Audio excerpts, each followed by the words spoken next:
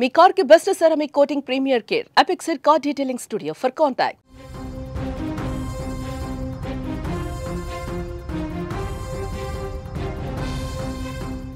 విశాఖపట్నంలో దారుణం జరిగింది. అత్త తనను చీటికి మాటికి విసిగిస్తుందని ఓ కోడలు చేసినటువంటి దారుణం విశాఖలో ప్రస్తుతం కలకలం రేపుతోంది.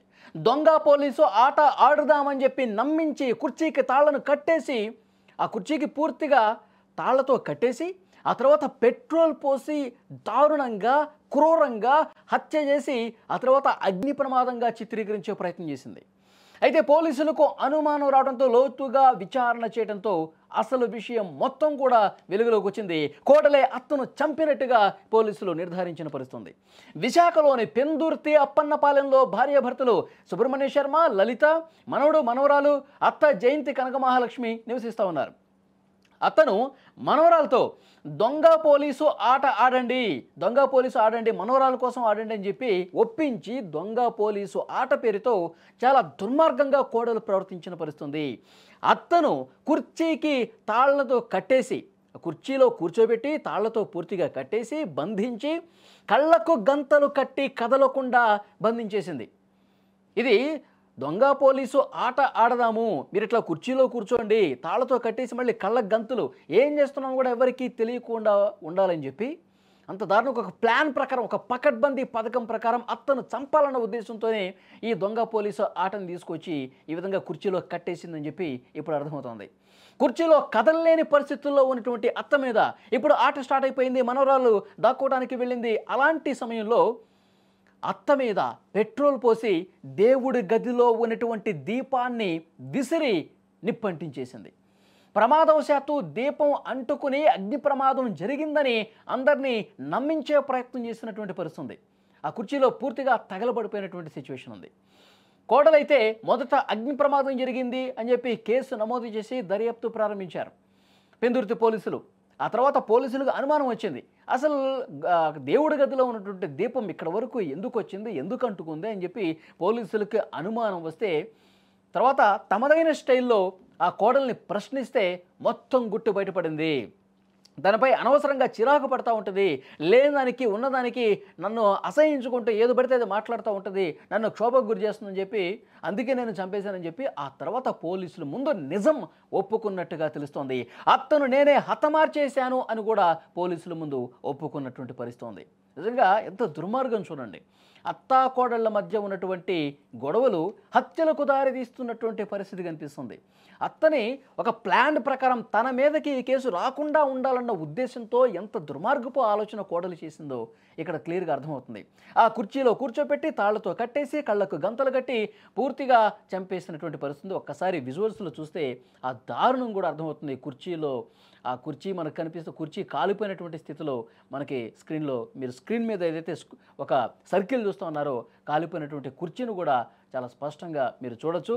అంటే పోలీసులు ఇన్వెస్టిగేట్ చేస్తున్నటువంటి సమయంలోనే అగ్ని ప్రమాదం అసలు ఏ విధంగా జరుగుతుంది, ఇక్కడ ఏమున్నాయి, ఈ కుర్చీకి సమీపంలో అంటుకోవటానికి ఏం కనిపిస్తూ ఉన్నాయి, అసలు ఎవరైనా లోపలికి వచ్చి ఈ దారుణానికి పాల్పడి ఉండాలి, ఆ సమయంలో ఇంట్లో ఎవరున్నారు, కోడలే ఉన్నారు, మరి అగ్ని ప్రమాదం ఎటువైపు నుంచి అగ్ని వచ్చింది అని చెప్పేసి పోలీసులు ఇన్వెస్టిగేట్ చేశారు.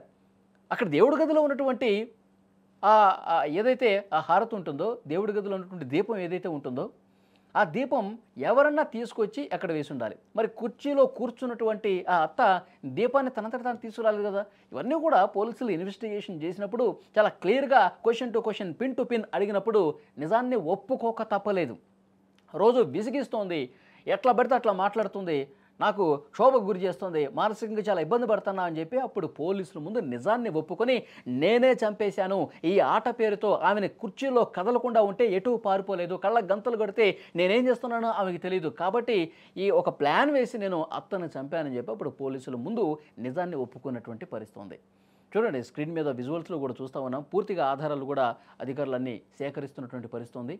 అసలు ఎలా జరిగిందో కూడా పిన్ టు పిన్ క్వశ్చన్స్ అడిగితే కోడలు ఒప్పుకున్నటువంటి పరిస్థితి ఉంది. సో కాబట్టి అంటే ఒక సైకో కోడల్లాగా చూడాల్సిన అవసరం ఉంది. నిజంగా ఏదైనా ఇబ్బందులు ఉంటే ఇది కరెక్ట్ కాదు, ఇలా ఉండాలి, ఇలా ఉండాలని చెప్పి కుటుంబంలో సమస్యలు ఉంటే ఏదైనా పరిష్కరించుకోవాలి. కానీ హత్యలు చేసి చంపేసే కాడికి పరిస్థితులు వచ్చినాయంటే ఎంత దుర్మార్గం చూడండి. ఒక సైకో కోడలుగా చెప్తున్నారు. ఇరుగు పొరుగు వాళ్ళు కూడా మనసులో ఇది దాచుకొని అత్త మీద ఇంత కోపాన్ని ఇంత ఆవేశాన్ని దాచుకొని చంపాలన్న కాడికి వచ్చిందంటే ఒక సైకో కోడలు. ఆమె వ్యవహార శైలి పద్ధతి కాదు. అత్త మంచిదే కానీ కోడలు చాలా దుర్మార్గంగా ప్రవర్తించిందని చెప్పి ఇరుగు పొరుగు ఉన్న వాళ్ళు కూడా కొంతమంది మాట్లాడుతున్నటువంటి పరిస్థితి ఉంది.